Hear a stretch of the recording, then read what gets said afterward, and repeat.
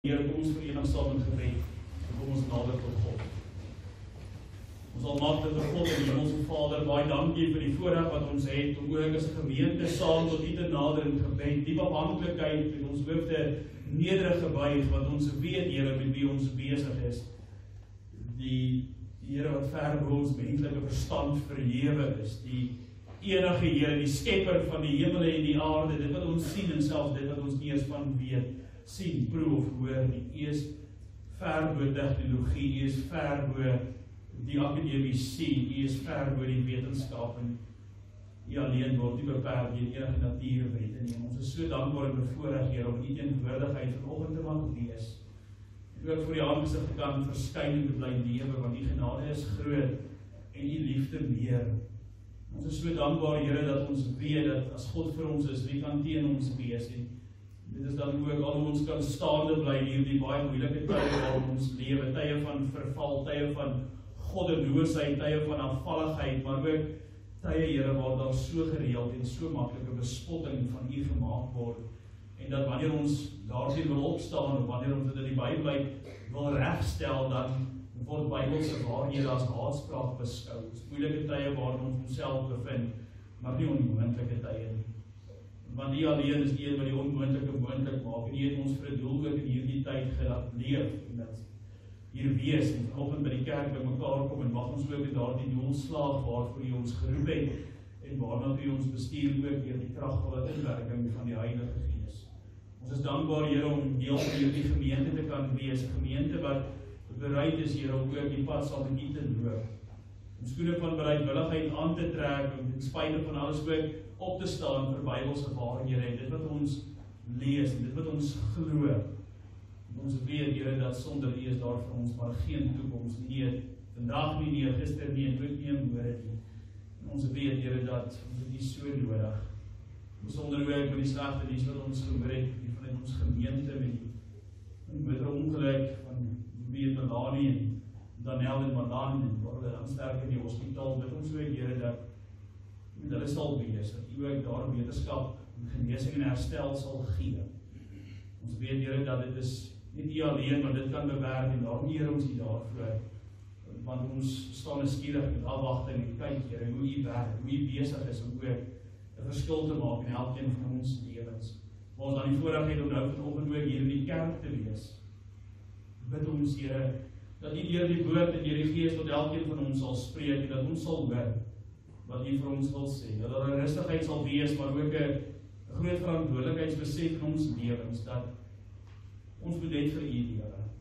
'n baie groot roeping om U koninkryk sigbaar te maak, en mag U hierdie gemeente, elke lidmaat gebruik, om ook U koninkryk so sigbaar te maak. Ons bid, Here, dat U ons sondes en ons ongeregtighede, Here, dit wat ons verkeerd doen, dink en sê, dat U dit van ons af sal wegneem, dat U ons sal vergewe, dat U ons sal reinig, en ook die Gees sal lei op die weg van heiligmaking.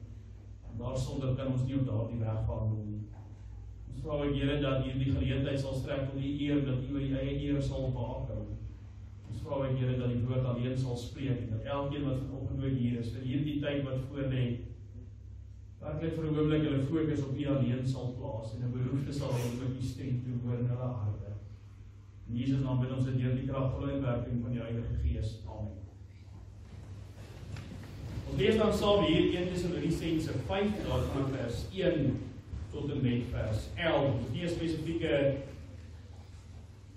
teksgedeelte wat ons vanuit gaan praat nie, maar U sal sien, ons sal so deurlopend dan van die teks aandag gee, wat vir ons dan 'n vloeiende prediking sal bewerk.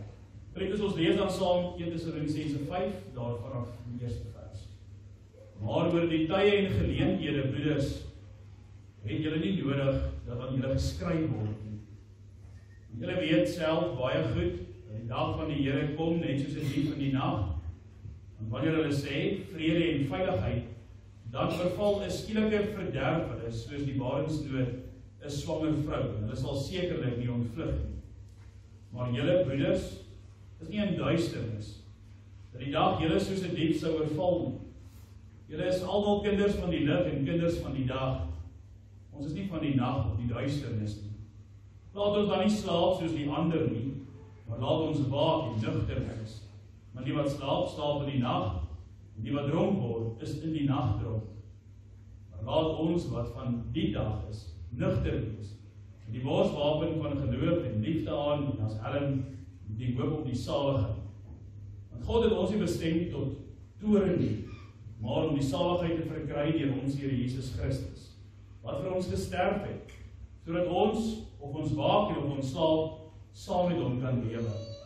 Daarom bemoedig mekaar en bou die een die ander op, soos julle ook doen. Tot sover die skriflesing en die woord van die Here. Elkeen wat ook so die woord van die Here vanoggend gehoor het, die saligheid in Christus Jesus ervaar en beleef en sy na haar opsluit, maar ook sonder daar op ons gaan lewe. Nou geliefde gemeente van ons Here Jesus Christus, ek glo dat almal van ons het al so 'n gevoel van 'n opgewonde afwagting of verwagting beleef, daardie kinderlike gevoel wat in jou aangewakker word wanneer jy weet iets groots gaan gebeur of iets goeds gaan gebeur. Ons baie voorbeelde wat ons kan noem, ek dink in hierdie tye waar ons nou ingaan, daardie voorspelling van reën, en as 'n boer wakker word en hy hoor hoe daardie waterdruppels die een na die ander op 'n sinkdak val, dan is daar so kinderlikheid wat aangewakker word en hierdie boer gewoonlik so deur die gordyn kyk, hoe baie het al gereën het. En hy sien die water, dan beleef hy so iets, wat ons kan sê 'n warmte is, of 'n lekkerte is. Die van die wat daarvan hou om vakansie te hou, ons weet om so by die see vakansie te hou, is vir almal lekker, maar ook gewees het oor wolk is en die wind so baie. So dis lekker as 'n mens so deur die venster kyk en mens sien hoe die sonstrale begin deurskyn. Dit skep 'n opgewondenheid, 'n verwagting en 'n afwagting vir dit wat voor lê. Iets lekkers is nou op pad om te gaan gebeur. Ook in besonder die vrouens sal sekerlik met my saamstem, daai oggend as jy wakker word en jy weet jou troue lê voor. Dit nog nie gebeur nie, jy begin somal vroeg wakker te word, vroeër as enige ander dag, jy maak jouself mooi, jy maak jouself gereed, en selfs gewoonlik ure voor die tyd, dan voel dit al dat jy daar vir die kansel staan. Almal weet wat dit beteken om opgewonde afwagting of verwagting te hê. Dit is amper soos kinders wat giggelend staan, so voor 'n groot ding wat die skool aanbied, dalk die groter kinders 'n sokkie, die kleiner kinders dalk 'n waterwurm of 'n springkasteel. Ek sien dit ook in my eie kind. As daar iets is by die skool, daai hele aand is hy so opgewonde, soos nog iets. Hy het soms so warmte en daar's net iets anders wat uit hom skyn op die oomblik wanneer iets groot of iets goeds voor lê. Nou 1 Tessalonisense 5 vers 1 tot 11 roep Paulus ons op om juis met hierdie verwagting, hierdie spesifieke verwagting te lewe vir die dag van die Here. Die dag wanneer ons verlosser en saligmaker Jesus Christus weer terugkom in glorie. Dit is nie 'n dag om te vrees nie. Dis nie 'n dag om bang voor te wees nie. Dis nie 'n dag waar 'n mens soos 'n afkop hoender gaan rondhardloop van benoudheid en angs nie. Maar dit is 'n dag waarna elkeen van ons wat vanoggend hier in die kerk sit, moet na uitsien. Hoekom? Want ons is kinders van die lig. Ons is kinders van God, gered deur God se genade in ons Here Jesus Christus. Nou, in ons gereformeerde geloof word ons herinner dat hierdie dag die hoogtepunt is van God se soewereine verlossingsplan, waar sy verlossing volledig geopenbaar sal word. Wat 'n wonderlike gedagte is dit nie om na uit te sien, die geliefdes, ons is vandag 'n dag nader aan hierdie dag as gister. 'n Dag om by ons verlosser en ons saligmaker te wees. En daarom dat Paulus dan juis hierdie gedeelte koppel met 'n opgewondenheid en nie 'n waarskuwing nie, maar 'n opgewondenheid om ook weer die verlosser en saligmaker opreg te ontmoet. Nou hierdie woorde van Paulus te verstaan wat ons dan saam gelees het, moet ons dalk net eers vir 'n oomblik terugstap daar na die eerste eeu toe, na die bruisende hawestad van Thessalonika. Paulus skryf hierdie brief omtrent in die omgewing van so 50 tot 51 na Christus. Kort nadat hy hierdie gemeente gestig het, en ons lees daarvan in Handelinge 17, nou die Christene in Thessalonika, wat dit interessant maak, is dat die meeste van hulle bestaan het uit die gemeente bestaan het uit bekeerde heidene, werkers, handelaars en slawe, gewone mense.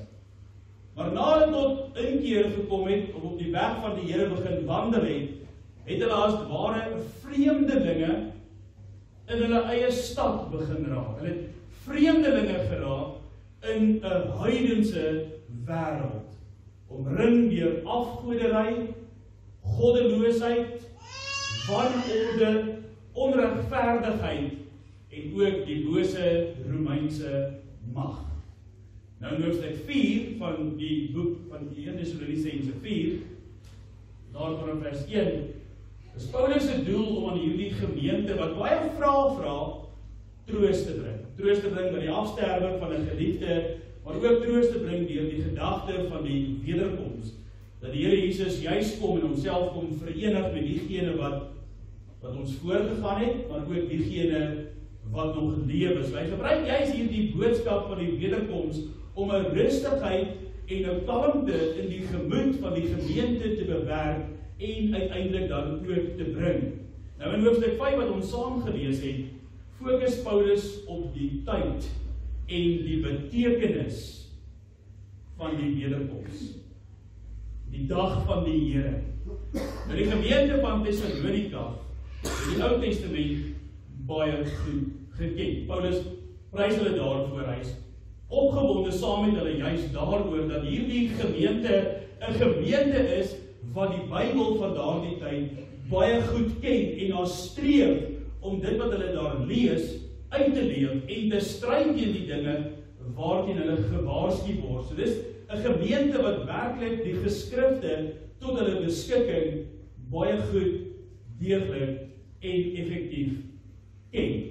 Hulle ken die profesie aangaande hierdie dag van die Here. Hulle ken die profesie van die profete soos Joël en Sefanja, wat die dag van die Here baie mooi en duidelik beskryf as God se kragtige ingryping, soms gebruik om te oordeel, aan te spreek en te waarsku, maar ook gebruik om die verlossing te verkondig.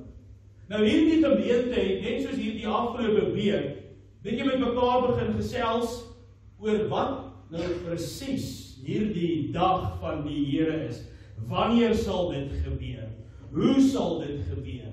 En wat word van my verwag voordat dit gebeur of terwyl dit gebeur? Vra wat ons hierdie afgelope week baie reguit en baie duidelik gehoor is wat gevra is. Nou kom Paulus juis en hierdie gesprek in die gemeente, hierdie verwarring wat gesaai en geskep word in die gemeente, en hy reageer op dit. Hy skryf hierdie brief. Maar hy kom doen dit op 'n baie mooi manier. 'n Mens sal dink soos wat baie reageer, ag man, hoekom hou jy jouself besig met sulke sterk of dit of dat? Nee, Paulus kom en hy skryf 'n herderlike brief, as ware 'n pastorale brief wat een doel voor oë het, en dit is om te troos en te lei tot uitkoms of rustigheid en kalmte. So dis hoe hy dit hanteer en dis hoe hy met die gemeente kommunikeer.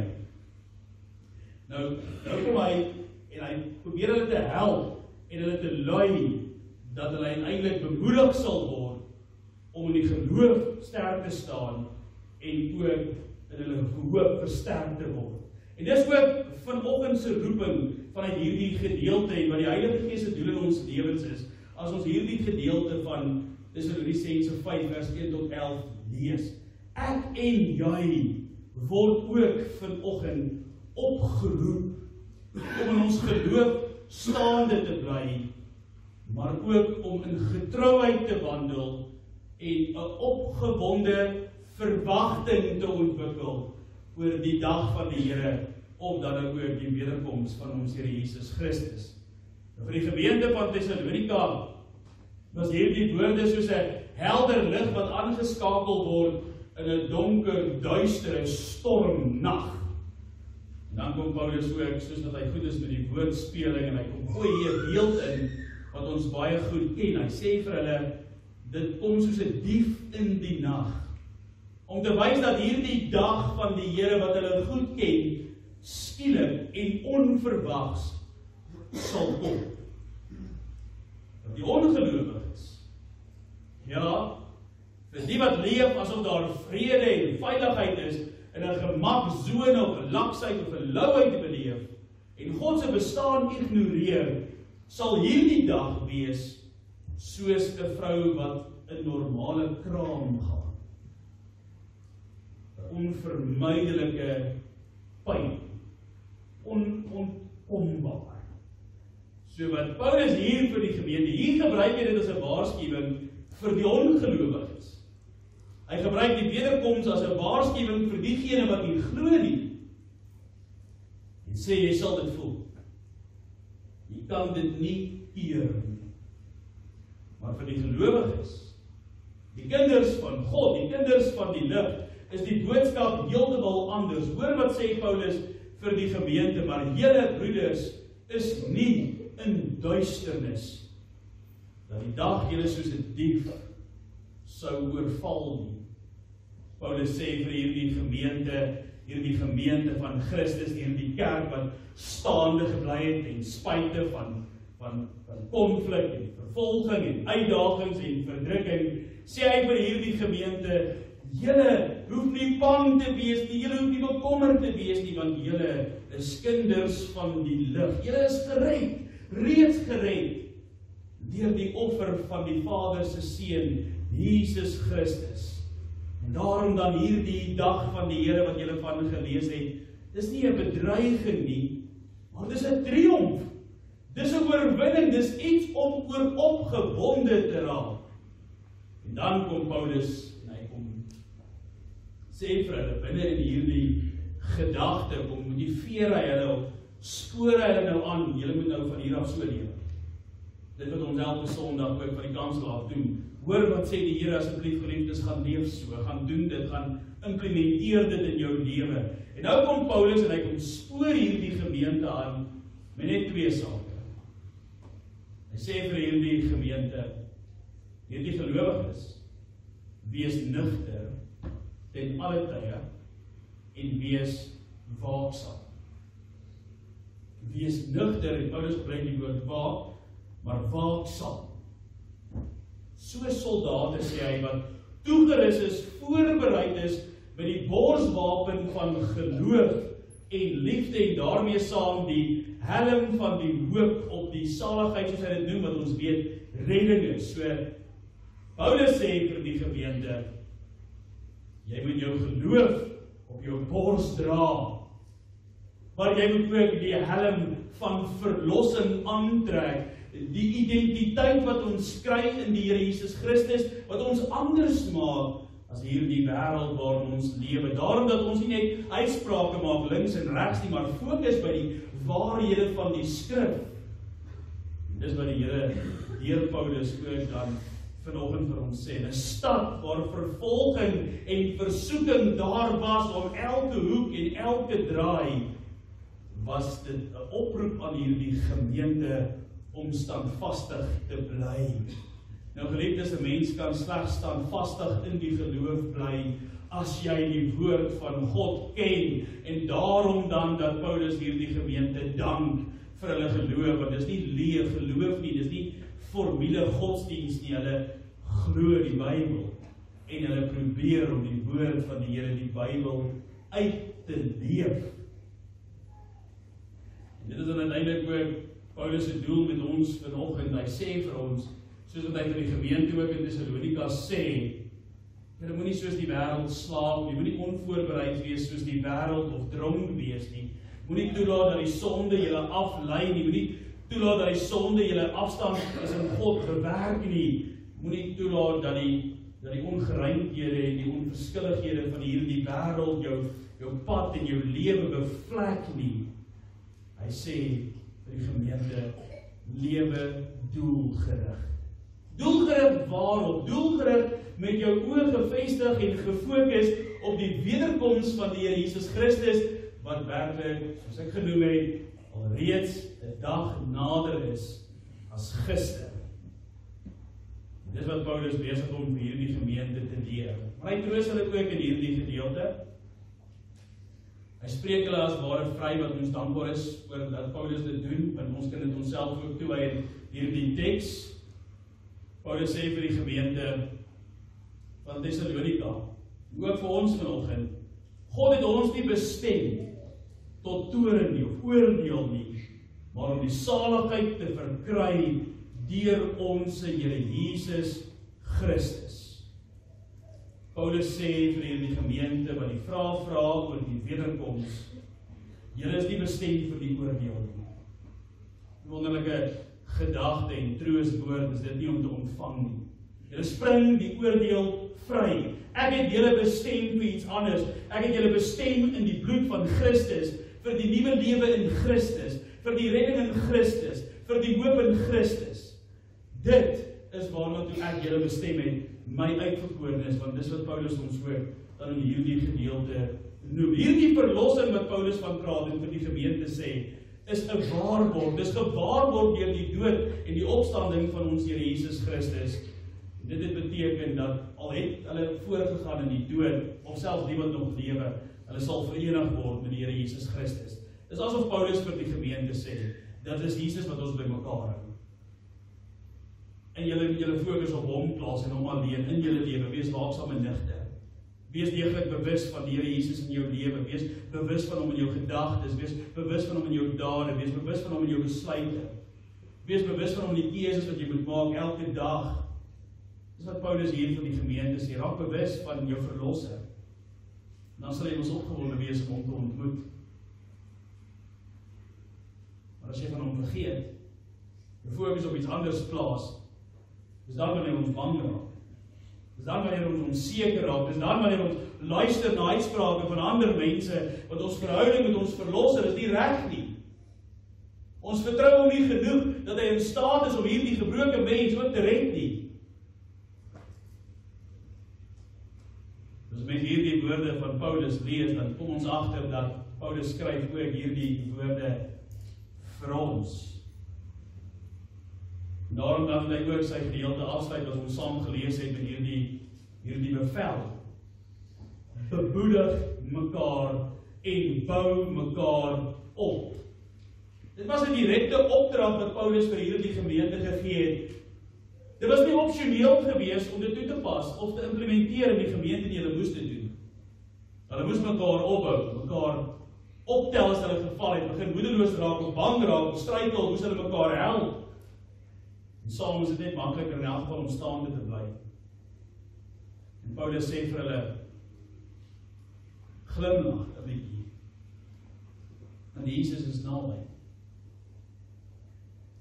As dit jou nie opgewonde maak nie, is daar dalk fout. En Paulus sê dit so mooi in Filippense 1 vers 21. Die lewe is vir my Christus en die sterfte 'n wins. Dis wat Paulus besig is om vir hierdie gemeente te leer. Is julle fokus werklik die Bybel en Christus? Want as dit is, waarom vra julle al hierdie vrae? As dit is, waarom is julle nie kinderlik opgewonde oor sy moontlike verskyning binnekort nie? En wonderlik sal nie wees in ons lewe as ons ook in ons geloof daai vlak van volwassenheid bereik nie. Nou vandag in 2025 leef ons in 'n wêreld wat baie dieselfde as hierdie Thessalonika is. Ons word omring deur afleidings en afwykings en sondes en alle dinge wat sleg is, sosiale media, die politiek, stemme van die wêreld wat heeltyd vir jou sê, man, leef soos jy wil, dit is nie so erg nie, daar is in elk geval niks na hierdie lewe nie. Daar is stemme wat vir jou sê, dit is nie so erg om dit of dat te doen nie, ons weet waarmee ons worstel, ons ken ons eie tekortkoming, ons ken ons verslawings. As kinders van die lig, as kinders van God wat uit die duisternis geroep is deur die bloed van Jesus tot die lig, het ons 'n besondere roeping. Die dag van die Here is nie vir ons 'n ver af gebeurtenis nie. Dit is juist die anker van ons geloof wat ons vier om om aan te hou met passie, leef en streef na die doel om die teenwoordigheid van Jesus te wees. Nou, in ons gereformeerde tradisie, wil ek vir julle sê, word hierdie hoop pragtig mooi saamgevat in die Heidelbergse Katekismus vraag en antwoord 52. Jy kan 'n merkie maak. Dit was Katekismus vraag en antwoord 52. Dit is my so mooi gestel hoe hulle die skrywers hierdie vraag verwoord het. Hoe word jy getroos deur die wederkoms van Christus? Met die wete dat hy kom om te oordeel die wat lewe en die wat gesterf het. So, die vraag is, hoe word jy getroos? Is dit moontlik om as ware getroos of vertroos te word deur die wederkoms van Jesus? Hoe mooi is die antwoord van die Heidelbergse Katekismus, dat ek in alle droefenis, dis in alle nood en vervolging, met 'n opgerigte hoof, dieselfde een, dis Jesus, wat hom tevore om my ontwil voor die strafgerig van God gestel en die ganse vloek van my weggeneem het, as 'n regter uit die hemel verwag, wat al sy en my vyande in die ewige verdoemenis sal werk, maar my met al die uitverkorenes, hoe mooi stel die Heidelbergse Katekismus dit, maar my, die belydende ligdraer van verlossing, die kind van God, maar my met al die uitverkorenes tot hom in die hemelse blydskap en heerlikheid sal neem. Dis die doel van die wederkoms. Hierdie woorde herinner ons dat die dag van die Here nie 'n dag van vrees of benoudheid of waarskuwing is nie, maar vir die uitverkore kinders van God 'n vreugde. Christus kom om sy werk te voltooi, om ons wat deur genade gered is, in sy ewige teenwoordigheid te bring. Niemand weet die dag of die uur nie. Jesus sê self in Matteus 24 vers 36 dit vir ons, want tog is hierdie onsekerheid geen rede vir angs nie, maar 'n uitnodiging om met blye verwagting te lewe. God se soewereiniteit verseker dat sy tydsberekening perfek is. En die dag van die Here sal sy glorie en genade openbaar.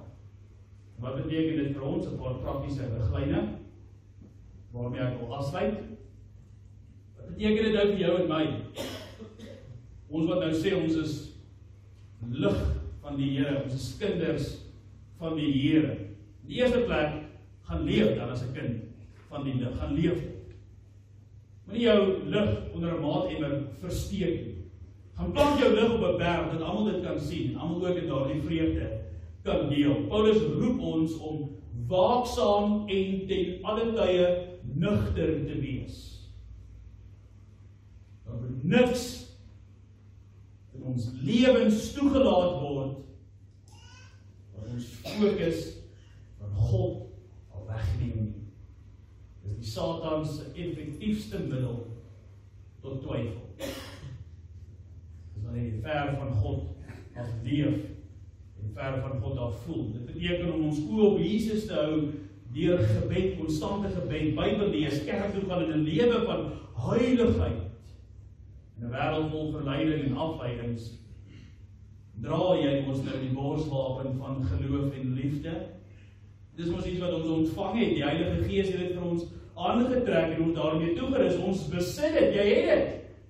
Die borswapen van standvastige geloof en liefde, ook die helm van redding. Om jouself kind van God te mag noem en te weet jy is gered. Jy het dit. Waarom wil ons dit nie leef nie? Maar daar is baie afleidings en afdwaalpaaie na nêrens. Moet dit ook onthou. Dit is nie blote woorde nie, geliefdes, hierdie is die waarheid. Dit beteken om nou al te leef as 'n geredde kind van God, om te leef en te streef na God en sy woord. Die wederkoms motiveer ons nou al, hier in die tydelike, om te leef as burgers van God se koninkryk. In die tweede plek, die dag van die Here is 'n dag van triomf.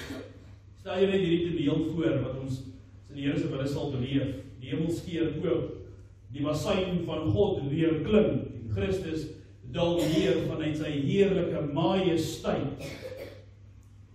Dis nie 'n stille gebeurtenis nie. Dis 'n fees van verlossing, waar ons die Here Jesus Christus sal sien. Heel daaraan gedink. Jy sal hom sien. Nie in jou verbeelding of in jou gedagtes nie. Jy sal hom sien. Maar jy sal hom sien as die koning van alle konings. Jy sal hom sien en bely as die naam bo alle name. Dis wat gaan gebeur met die wederkoms. Dis wat Paulus vir ons verduidelik. Dis wat hy vir ons wil leer. Of ons lewe of ons reeds gesterf het, ons sal saam met Jesus wees. Soos die katekismus sê, die hemelse vreugde en heerlikheid sal hy ons neem. Dis die dag wanneer alle onreg reggestel word, wanneer die wêreld vernuwe word, en wanneer God se verlossingsplan volledig gesien sal word. En laastens, laat ons mekaar bemoedig. Soos Paulus dit beveel, laat ons nie toelaat dat een van hierdie lidmate belydend en doop veragter in hulle geloof nie. Moet nie die rede wees dat mense nie wil kerk toe kom en nie die Here ken nie. Straal jou lig so uit en bemoedig hulle deur die bemoedigende krag wat ons van die Gees en die woord ontvang. Gaan bemoedig mekaar met die Bybel. Gaan bemoedig mekaar met gebed. Gaan bemoedig mekaar met geestelike heilige gemeenskap. Staan op vir die Here. In 'n tyd van verdeeldheid en eensaamheid, bou mekaar op. Dis nodig. Ons sit met gebroke mense. Mense wat nie weet waarheen of waar na toe nie.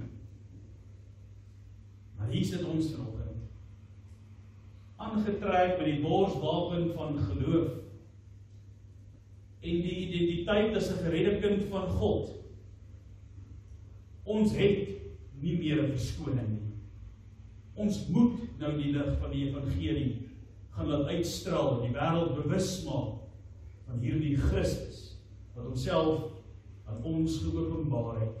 Deel die hoop van Christus se koms. Deel dit in jou gesin, in jou kerk en jou gemeenskap. Maak jou geloof deel van jou gesprekke, jou besluite en jou planne. Bid. Leef in die vreugde van die evangelie. Ons het ons nou gehoor. Ons is nie bestem vir die oordeel of die toorn. Ons is bestem vir die verlossing in Jesus Christus. Die verlossing wat Jesus reeds vir ons verdien het, reeds vir ons gebring het. Die dag van die Here, die wederkoms, is 'n dag waar ons dit in volle sal ervaar wat dit werklik beteken om syne te wees en aan hom te behoort.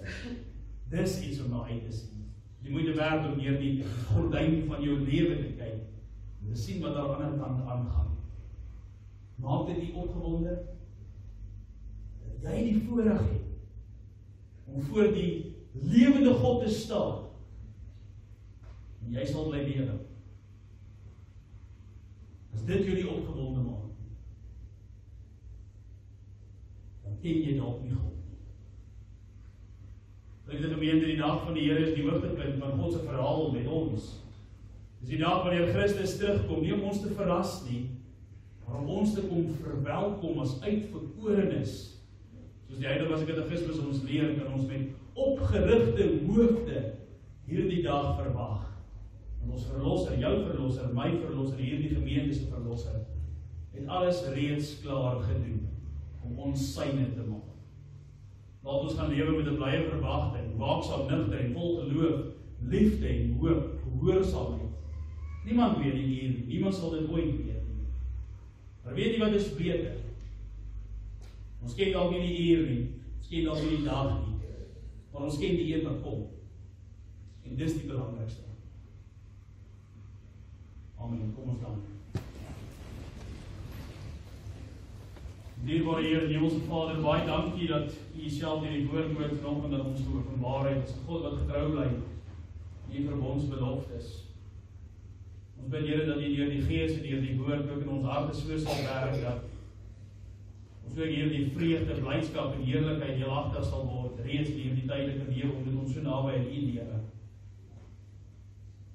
Ons bid ook, Here, dat die wederkoms nie vir ons net bloot as 'n waarskuwing sal wees nie, maar dat dit vir ons 'n opgewondenheid sal wek, 'n strewe, dat ons sal dring en doop om ook nog meer te lewe soos U dit van ons vra.